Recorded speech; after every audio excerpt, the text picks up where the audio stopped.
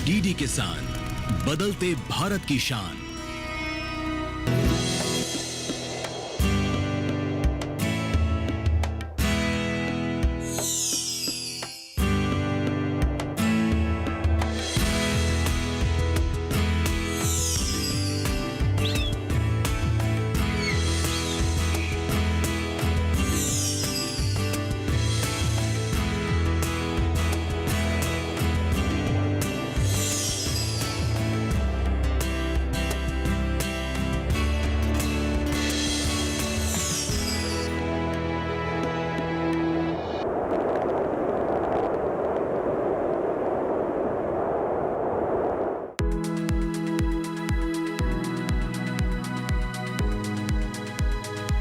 सूरज की पहली किरण जब जमीन को छूती है, तब एक किसान की दिनचर्या शुरू होती है।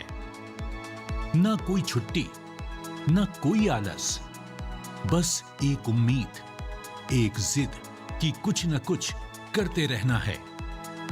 बीज बोने से लेकर फसल काटने तक का हर पल, हर काम एक भरोसे की तरह होता है कि यह प्रयास किसी दिन फल देगा।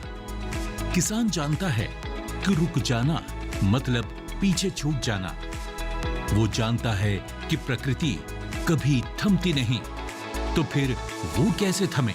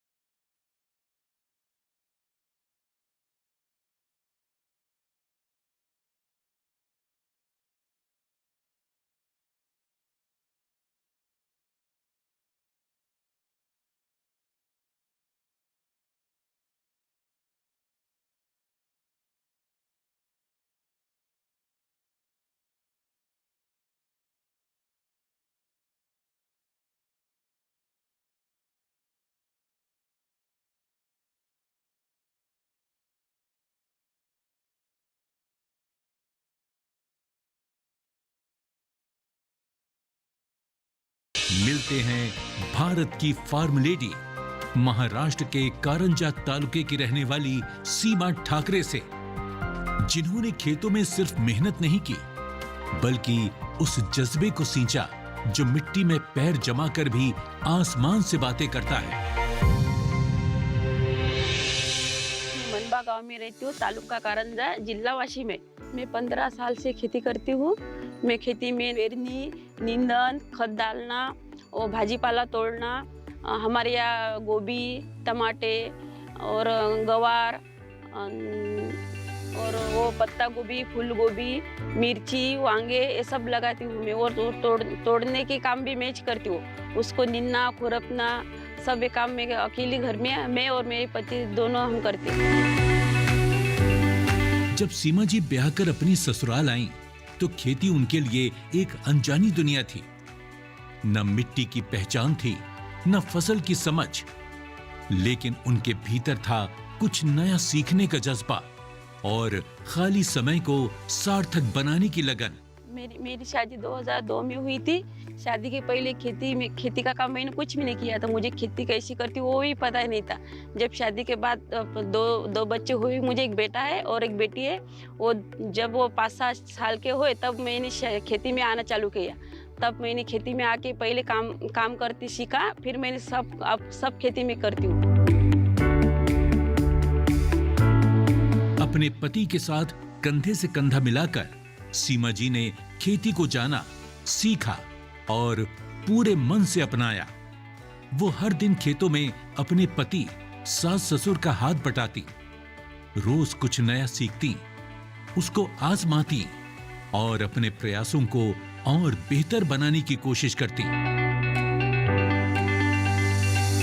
जब सुबह 4 बजे मेरे पति देव जाते थे खेत में हल चलाने के वास्ते, तो मुझे लगा वो हल क्या है, वो हल कैसे करते। जब मुझे पता चला हल चलाने से खेती वो हमको बोने के वास्ते तैयार करते हैं, तब मेरे पति देव, मेरी सास, ससुर और मेरे देवर सब खेत में आते थे। मैं भी उनके पीछे पीछे आती थी उनके साथ काम करने के वास्ते यहाँ पर। जब हम खेती तैयार करके उसमें सोयाबीन और तूर पेरते थे तब हमको बारिश का इंतज़ार करना पड़ता था, कब बारिश आएगी और कब वो हमने पेरा हुआ वो बीज उगाएगा। जब बारिश आके हमने जो बीज पिया था वो उगाया था, लेकिन कभी कभी ऐसा होता था इतनी बारिश आ जाती थी कि वो सब बारिश के वजह से बहकर चला जाता था, तो वहाँ पर हमारा बहुत नुकसान होता था। कभी कभी हमको दोबारा पेरनी करनी पड़ती थी। जब हमको एकड़ में 2 क्विंटल या 1 क्विंटल ही पिकता था तब हमको बहुत बुरा लगता है। इतनी बार हमने 2 बार बुआई की, फिर भी हमारे हाथ में कुछ भी नहीं आया। वह हम मार्केट में जाके क्या बेच सकते। हमने बहुत दिमाग चलाया कि हमने कुछ पैसे जमा करके हमारे खेत में कुआं खोदा, और कुआं करने के बाद हमने जब थोड़ा पानी कुएं में था हमारे, तब हम बारिश नहीं आती थी तो वो हमारा कुएं में का पानी हम हमारे फसल को दे पाते थे। हर दिन सीमा जी खेतों में सिर्फ अपना पसीना नहीं बहा रही थी, बल्कि ऊपर वाला भी साथ साथ उनकी तकदीर कर रहा था। और फिर वो ऐसे लोगों के संपर्क में आई कि उन्होंने खेती और खेतों से संबंधित हर कला में अपने परिवार के सभी सदस्यों को पीछे छोड़ दिया। मेरे गट का नाम है कृषि धन महिला स्वयं सहायता गट। वहाँ पर हमको ट्रेनिंग देती थी खेती कैसी करनी है। जब हमको सर ने बताया तुम कृषि केंद्र जाकर देख सकते हो, वहाँ पर तुमको क्या सब पता चलेगा क्या करना है क्या नहीं। तब हमारी टीम सब वहाँ करडे में गई थी, हमारे यहाँ करडा गए थे हम कृषि केंद्र। वहाँ पर हमको सिखाया गया कि खेती कैसे करनी है, कंपोस्ट खत कैसे करता है, गांडूल खत कैसे करेंगे तुम, या कुक्कुट पालन भी वो कैसे करते, वो पर बात उन्होंने बताई। फिर उन्होंने कहा कि तुम दशपर्णी, नीमर, जीवामृत कैसे बना सकते हो, तुम्हारे वो खेत में कितने काम क्या है वह, ये सब हमने करडा या अकोला जाकर ट्रेनिंग में सीखा। भारत की फार्म लेडी, मैं हूँ धरती की शान। किसान साथियों, कम लागत में भरपूर उत्पादन के लिए बुआई या रोपाई से पहले इफ्को नैनो डीएपी से बीज और पौध का शोधन जरूर करें। गेहूं, मक्का जैसी फसलों के लिए 1 किलो बीज को 5 ml नैनो डीएपी से उपचारित करें। रोपाई वाली फसलों की पौध को 1 लीटर पानी में 5 ml नैनो डीएपी से जड़ शोधन करें। आलू, गन्ने के लिए 15 लीटर की टंकी में 75 ml नैनो डीएपी मिलाकर बीज शोधन करें। नैनो डीएपी की ताकत से लहलहा उठेंगी फसलें। किसान सिर्फ अन्न नहीं उगाते, सपने भी उगाना जानते हैं। इन्हीं सपनों के लिए फसल उगाने का खर्च कवर करता है एसबीआई का किसान समृद्धि ऋण, जो पूरी करे प्रगतिशील किसान की हर आवश्यकता। ये लोन उपलब्ध है 5 लाख से 50 करोड़ की धनराशि तक। इस लोन में मिलती है क्रॉप साइकिल के अनुसार भुगतान की सुविधा। सिक्योरिटी के रूप में मान्य है एग्रीकल्चरल लैंड या कोई अन्य मान्य संपत्ति। इस तरह एसबीआई का किसान समृद्धि ऋण बन रहा है किसान की उन्नति का आधार।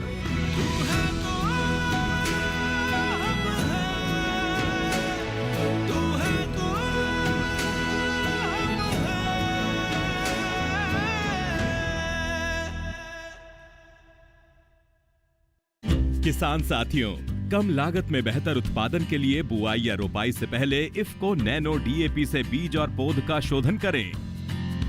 बीज के शोधन के लिए प्रति किलो बीज में 5 मिलीलीटर नैनो डीएपी और जड़ शोधन के लिए इतनी ही मात्रा 1 लीटर पानी में मिलाएं। आलू के कंद और गन्ने के लिए प्रति टंकी 3 ढक्कन नैनो डीएपी मिलाकर शोधन करें। बोई गई फसलों में 30, रोपित फसलों में 20 से 25 दिन, आलू में 30 और गन्ने में 60 दिन पर नैनो डीएपी और नैनो यूरिया का पत्तियों पर छिड़काव करें। फसल की जरूरत के अनुसार नैनो यूरिया प्लस का दोबारा छिड़काव करें। इफ्को नैनो फर्टिलाइजर की ताकत से फसलें लहलहा उठेंगी। भारत की फार्म लेडी, मैं हूँ धरती की शान।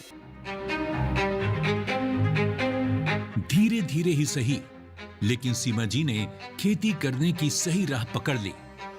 जब उन्हें परंपरागत खेती और जैविक खेती के अंतर का पता चला, तो उन्होंने हिम्मत से अपने खेतों में बदलाव करना शुरू किया।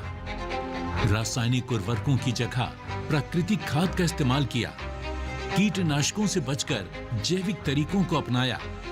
आज सीमा जी के खेतों में हुए बदलाव जैविक खेती की तरफ रुख कर लिया है। पहले जब हम रासायनिक खेती करते थे तब वो रासायनिक खेती से हमारा उत्पन्न तो कुछ नहीं होता था, लेकिन हमारा खर्चा ही ज़्यादा बढ़ता था। रासायनिक खेती से हमको वो तो खत लाना, वो रासायनिक औषधि लाना, वो सब महंगे पड़ते थे। जब हम जैविक खेती करने लगे तब हमको पता चला खर्चा भी कम है और उत्पन्न में भी बहुत ज़्यादा वाढ़ हो रही। पहले रासायनिक करते तो एक एकड़ हमको 5 या 4 क्विंटल होती थी सोयाबीन, अब हमको 10 क्विंटल होती है सोयाबीन जैविक खेती करने से। क्योंकि जैविक खेती में क्या सब हम घर पे ही सब कर सकते, कुछ लाना नहीं पड़ता। वहाँ पर हम नीम अर्क का वापर कर सकते। वो नींबोड़े जब हम उनाड़ा लगता है तब हम नींबोड़े चुन के लाते और उनको काट के उनका फवारनी करते नीम अर्क की। फिर दशपर्णी बनाना सिखाया मैंने। दशपर्णी करना ऐसा है कि जब 10 पाला हम जमा करते 10 झाड़ों का, जो वो तो हमको फ्री में मिलती है 10 पाला। हम सब पाला जमा करते हैं 10 झालों का और वो काट के बारीक काट में उसमें लहसुन और मिर्ची भी डालनी पड़ती। सेन और गोमित्र सब मिलाकर हम दशपर्णी 2 महीने को करने को रखते, फिर वो उसकी फवारनी करते। फवारनी वैसी करने से वो कीड़ कम आती है। जीवामृत से हमारी ज़मीन में सुपीकता बहुत बढ़ती है। जीवामृत को भी हम घर में ही बना सकते हैं। बेसन और गुड़ ही लगता है उसको कुछ ज़्यादा नहीं लगता है। 1 किलो बेसन या 1 किलो गुड़ लाए कि वो उसमें गोमती रहे सेन मिलाकर वो भी 4-5 दिन रखे, उससे हम वो खेती में वो छोड़ सकते। उससे ज़मीन की सुपीकता बढ़ती है। ऐसे ज़मीन की जब भी सुपीकता बढ़ती है तो उत्पन्न में वाढ़ तो होनी चाहिए। सीमा जी में वो दूरदर्शिता है जो हर किसान को न केवल अपने खेत बल्कि अपने भविष्य को भी संवारने के लिए चाहिए। उन्होंने वक्त की नजाकत को समझा। ये समझा कि सिर्फ फसलों पर निर्भर रहना अब काफी नहीं है। इसलिए उन्होंने परंपरागत सोच से आगे बढ़कर खेती के साथ साथ नए आर्थिक आयाम जोड़ने शुरू किए और आज सीमा जी आत्मनिर्भरता की राह में काफी आगे बढ़ चुकी हैं। जब मैं कृषि विज्ञान केंद्र करडा गई थी तब हमको बताया गया था वहाँ पर कि खेती को कुछ ना कुछ जोड़ धंधा करना चाहिए। खेती के भरोसे अकेले हम खेती करेंगे और बैठेंगे तो ऐसा तो नहीं होगा। उसके लिए हमको कुछ जोड़ धंधा करना चाहिए। वहाँ पर हमको बताया कुक्कुट पालन करना अच्छा है, शेड़ी पालन यानी बकरी पालन करना अच्छा है और गाय मैंस इसको भी हम पाल सकते। उससे भी हमको दूध मिलने से हम उनमें घर में इनकम आ सकती है। कुक्कुट पालन से तो हमारे घर में रोज़ की इनकम आती है। रोज़ की इनकम आने से घर का खर्चा और खेती में भी कुछ फ़ायदा होता है उसका। फिर वो कुक्कुट पालन खेत में तो हमको यहाँ पे वो कीड़े वो सब खा लेते हैं हमारे मुर्गियाँ, और उनसे हमको इनकम भी बहुत अच्छी आती है। कभी तो हमारे मुर्गियाँ तो इतनी अच्छी है कि हमको देखते ही सब मेरे पास आ जाती है। और जब शेड़ी पालन यानी बकरी पालन है वो भी हमारे घर पर है। हमने सब बकरी के नाम रखे हुए हैं और उनको 6 महीने के बाद 12 महीने के बाद हम वो बोकड़िया हुआ तो बेचकर उनकी भी इनकम हमको अच्छे घर में काम आती है। वैसे तो हमारे घर में शिक्षण का भी बहुत खर्चा है, उसको भी चलाना पड़ता है खेती के साथ साथ हमको। और घर के सब खर्चे हम इस खेती या कुक्कुट पालन, शेड़ी पालन या बकरी पालन और पशुपालन इन पर चलाते हैं हम। धीरे धीरे सीमा जी ने खेती के हर पहलू को समझना शुरू किया। अब वो खेतों से जुड़े बड़े फैसले लेने लगी थी। कौन सा बीज बोना है, सिंचाई कब करनी है और नई तकनीकें कब अपनानी हैं। और उनके पति और ससुर जी ने भी ये मानना शुरू कर दिया कि सीमा जी के फैसले सही और जरूरी हैं। जैसे एक नन्हा बीज मिट्टी की गोद में छुपा धूप, बारिश और हवा का सामना करते हुए धीरे धीरे एक विशाल वृक्ष का रूप ले लेता है, वैसे ही सीमा जी ने भी अपने जीवन की कठिनाइयों और संघर्षों को पार करते हुए खुद को एक मजबूत महिला किसान के रूप में स्थापित किया। पहले मैंने मेरे पति को ये बताया कि हम जमीन कैसे तैयार करेंगे, वो नांगरनी कैसे करेंगे, उसके पहले मैंने उनको ये बताया था कि हमको ज़मीन में, हमारी ज़मीन में क्या क्या नहीं है, क्या होना चाहिए, उसकी परीक्षण करना चाहिए। माटी परीक्षण करने के वास्ते मैंने 5 जगह की माटी ली और माटी परीक्षण करके लाने को बोला। हाँ, उससे माटी परीक्षण करने से हमको पता चलता है कि हमारी ज़मीन में क्या है, क्या नहीं है, कितना पैलेस है, कितना नत्र है, कितने जीवन सत्व है, क्या किसकी कमी है, ये सब पता चलता है। इसके लिए मैंने पहले माटी परीक्षण की, फिर नागरनी कैसी करनी है वो बताया। उसके बाद हमको किस बीज की वो बोना है, ये हमको मार्केट में से कौन सा लाना, बीज अच्छा लाना है, ये बोलने को बोला। फिर उन्होंने मार्केट से जो बीज लाया उनको हम वैसे पेरते थे पहले, लेकिन जब मैंने बताया कि उनको वैसे नहीं पेरने, उनकी उगम क्षमता देखनी चाहिए। हम 100 दाने लेते थे और 100 में एक ऐसी बोनी लेकर उनको गीला करके उस पर वो बीज के दाने रखते थे और उनको 2-3 दिन ऐसे बांध के रखते कि उनमें 100 में से कितने दाने उनको उगम क्षमता है। जब 70 या 75% उगम क्षमता होगी तब हम वो बीज पेरेंगे, नहीं तो हम वो नहीं पेरेंगे। मैं उसको बीज प्रक्रिया कैसी करनी है वो भी बोलता है। बीज प्रक्रिया करने से क्या होता है, हमारे खेत में जो हम बीज बोते हैं उसको कीड़ नहीं खाती, इसलिए मैंने उसको बीज प्रक्रिया करना भी सिखाया। जहां खेतों में मेहनत हो वहां फसलें लहलहाती हैं, लेकिन जहां मेहनत के साथ ममता भी जुड़ जाए वहां खेती एक साधना बन जाती है। सीमा जी का हर दिन सूरज की पहली किरण के साथ शुरू होता है, अपने पशुओं को निहारते हुए जैसे मां अपने बच्चों को देखती है। उनकी खेती सिर्फ उपज नहीं देती, वो सिखाती है कि अगर हम सद्भावना से काम करें तो खेतों में स्वर्ग बसाया जा सकता है। पशुपालन में हमारे यहाँ 2 गाय, 4 बैल, 2 गोरे, ये सब है। उनसे हम दूध निकाल के वो भी बेच के उनका भी रोज का इनकम आता है हमारे घर में। हमारे यहाँ सब पशु के नाम रखे हुए हैं। जब मैं खेत में आती हूँ तब वैसे ही पशु मुझको देखकर जोर जोर से चिल्लाने लगते। वो गोरे हो या बैल हो, गाय हो या कुत्ते, हमारे यहाँ कुत्ते वो भी आते ही हमारे ऊपर आके हमारे पास आते कि चलो, उनको लगता है हमारा मालिक, हमारी मालकिन आ गई बा खेत में, उनको हमको देखकर बहुत खुश हो जाते। इसलिए मुझको पशु पर और वो कुक्कुट पालन, छेड़ी पालन, इनका कुछ भी काम करना हो तो मुझको बहुत अच्छा लगता है। मैं उनसे बहुत प्यार से पेश आती हूँ और उनका बहुत अच्छे से ख्याल भी रखती हूँ।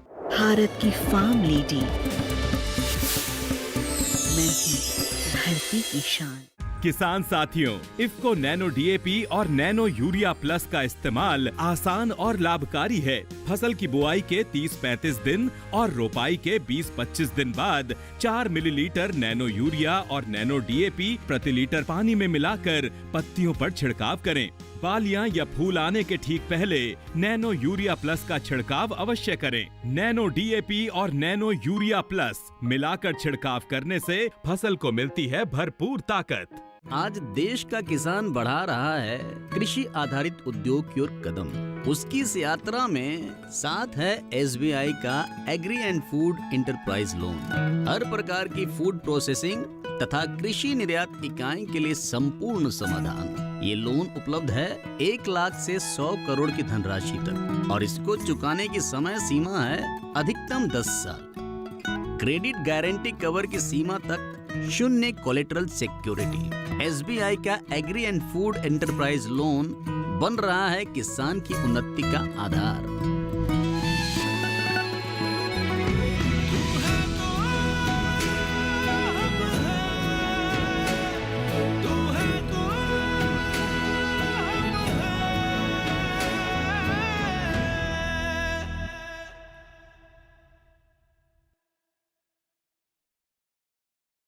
इफ्को नैनो यूरिया प्लस की बात है निराली। गुण है इसके दमदार, शक्तिशाली, किसानों के जीवन में लाए खुशहाली, हो खेतों में हरियाली ही हरियाली।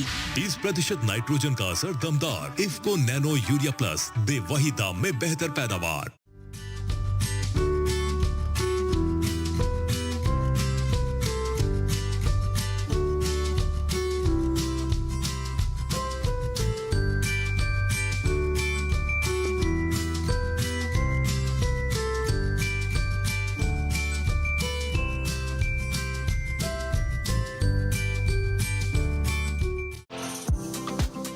किसान साथियों, खेती का खर्च और मानव श्रम कम करने के लिए ड्रोन से छिड़काव बेहद आसान और लाभकारी विकल्प है। 1 एकड़ में फसल के लिए ड्रोन की 10 लीटर की टंकी में 500 मिलीलीटर यानी 1 बोतल नैनो डीएपी और 500 मिलीलीटर नैनो यूरिया प्लस मिलाकर छिड़काव करें। ड्रोन से 1 एकड़ में स्प्रे सिर्फ 6 से 7 मिनट में हो जाता है। ड्रोन से नैनो उर्वरकों का छिड़काव यानी खेती को रफ्तार। भारत की फार्म लेडी, मैं हूँ धरती की शान। जब सीमा जी के सबसे प्यारे बैल को लंबी जैसी भयानक बीमारी ने घेर लिया, तब पशु चिकित्सक हार मानने लगे, पर सीमा जी ने कभी हिम्मत नहीं हारी। बीमारी की चुनौतियों ने उनके रास्ते में अनेकों बाधाएं खड़ी की, फिर भी उन्होंने अपने प्यार और समर्पण से उस बैल की सेवा करना नहीं छोड़ा। हर दिन, हर पल सीमा जी ने अपनी ममता और देखभाल से उस बैल का ख्याल रखा। जैसे एक मां अपने बच्चे की रक्षा करती है, वैसे ही उन्होंने निस्वार्थ भाव से उसे सहारा दिया। उनके अटूट विश्वास और लगन ने एक चमत्कार दिखाया। जब हमारे गबरे नाम का हमारे यहाँ एक बैल है, उसको लंपी नाम का जब वो रोग हुआ था ना, तब तो उसकी हालत इतनी बेकार हो गई थी कि उसको देखते ही हमको ही रोना आता था। सब बोलते थे ये बैल तो उनका कुछ काम का ही नहीं रह गया।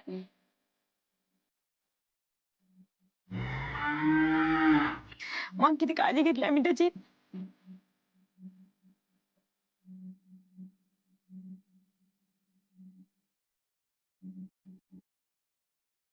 उसको मैंने पुकारा तो वो मेरे तरफ ही देखता।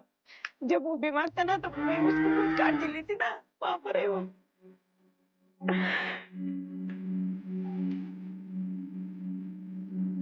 जब उस गोरे को जब वो रोग हुआ था, सब बोलते थे ये तो अब मर जाएगा, ये बचेगा ही नहीं। तब हमने, मैं और मेरे पति ने और मेरे बच्चे ने उनका बहुत ख्याल रखा।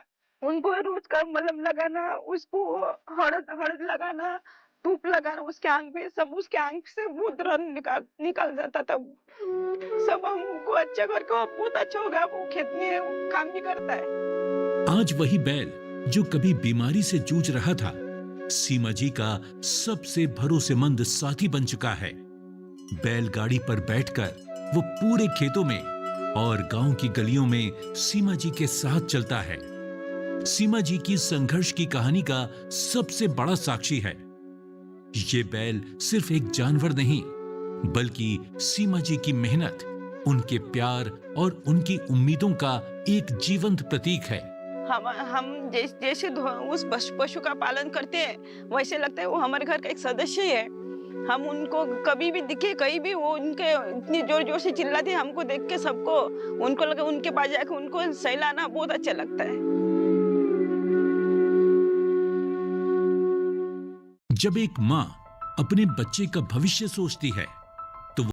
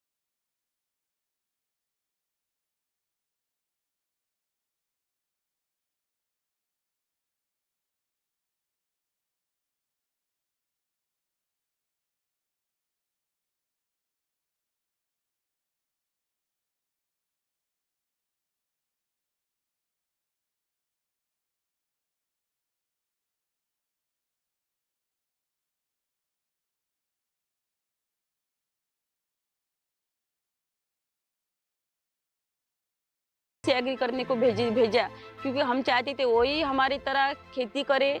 खेती करने से क्या क्या हो सकता है, वह जब सभी बच्चे पढ़ लिख के शहर जा रहे, सब शहर जाएंगे तो खेती कौन करेगा? खेती नहीं करेंगे तो शहर वाले भी क्या करेंगे? वो क्या खाएंगे? पैसा तो नहीं खा सकते ना हम लोग। उनको खाने के लिए खेती में उगाया हुआ है चाहिए ना, इसलिए मैंने मेरे बच्चों को BSc एग्री करके कहने को कहा उसको खेती करनी है और खेती के साथ साथ उनको हमको भी देखना है। नहीं तो क्या करेंगे, उसको दूसरा पड़ा है वो चला गया दूसरे, हम खेती करेंगे इसमें रहेंगे। उसको पता चाहिए ना हमारे माता पिता ने हमारे लिए क्या किया, खेती में क्या क्या कष्ट होते हैं, क्या क्या मेहनत करनी पड़ती है, उसको पता होना चाहिए। इसलिए हमने उसको BSc एग्री करने को बोला। किसी भी महिला के जीवन में आगे बढ़ना सिर्फ एक सपना नहीं होता, वो होता है अपने आप को साबित करने का सबसे बड़ा और अक्सर इकलौता मौका। और सीमा जी ने इस मौके को दोनों हाथों से थामा है, पूरी शिद्दत से। मैं हर एक देश की महिला को ये कहना चाहती हूँ, खेती करना अच्छी बात है, लेकिन वो अकेले खेती नहीं कर सकती। जब उसका परिवार, उसके परिवार के लोग, उसके बच्चे, उसके घर वाले सब जब साथ देंगे तभी वो खेती कर पाएंगी। खेती करने के लिए सबका साथ होना बहुत जरूरी है। खेती के साथ साथ हमको सिर्फ खेती पर निर्भर नहीं होकर रहना, हमको खेती के साथ साथ कुक्कुट पालन, शेड़ी यानी बकरी पालन, पशु पालन, मच्छी पालन है, मधुमक्खी पालन है और बहुत सारे ऐसे खेती के जुड़े भाजीपाला हम 12 महीने लगा कर भाजीपाला मार्केट में बेच सकते हैं। ये सब हम खेती के साथ साथ खेती कर सकते हैं। ये काम जब हम एक काम करेंगे तब हमको हमारे घर वाले का साथ होना बहुत जरूरी है। सीमा ठाकरे मेरी धर्मपत्नी है और जब से वो बचत गट से जुड़ी हुई है तब से वो जैविक खेती के लिए मेरे को प्रोत्साहित किया। जैविक खेती करना चालू कर दिया। पहले हम रासायनिक करते थे, अब खाद डालना ही बंद कर दिया हम 3-4 साल से। तो अच्छा बेनिफिट मिल रहा है। और खेती के लिए हमारे पास जानवर भी है, गाय है, कुक्कुट पालन है, शेड़ी पालन है, उसका भी खाद हम डालते हैं। जैविक खेती से हमको बहुत फ़ायदा हो रहा है। सीमा ठाकरे मेरी देवरानी है। खेती के बारे में उसका ऐसा रोल है कि वो जो काम करने लगी वो करती रहती, वो जब तक वो पूरा होता नहीं, वो जब तक वो उसके मन के जैसा होता नहीं, ऐसी वो खेती के बारे में बहुत जिद्दी है। सीमा ठाकरे मेरी बड़ी माँ है। मैं इनको सब कामों में हाथ बटाता हूँ और काम के साथ साथ मैं स्कूल भी जाता हूँ। खेती के बारे में मैंने सीखा हो, जो सब इनके बारे में इनसे सीखा है, ये सब अच्छे से सिखाती है। हमारा 12 महिला का गट है और इस गट की सदस्य सीमा ताई ठाकरे है। और हम पहले खेती ऐसे ही करते थे, लेकिन सीमा ताई ने हमें बहुत सिखाया कि ये सेंद्रिय खेती कैसे करनी है, क्या करनी है। बहुत सारे वो डेमो दिखाए, डेमो हमारे साथ करके दिखाए, फिर हमने वो घर पर करके वैसी खेती की, तो आज हमारा उत्पन्न बहुत बढ़ गया है। सीमा ठाकरे के पास खेती करती हूँ। कृषि विद्यापीठ करडे में शिक्षण को जाती हूँ। इनके साथ बहुत बहुत सीख रही हूँ। हमारे यहाँ 10 एकड़ खेती है और सीमा ठाकरे जो है ये गट के अध्यक्ष है और उन जैविक खेती करते थे। उनके साथ हम जैविक खेती करने पर हमको बहुत फायदा मिल रहा है। सीमा जी ने न सिर्फ खेतों को सींचा,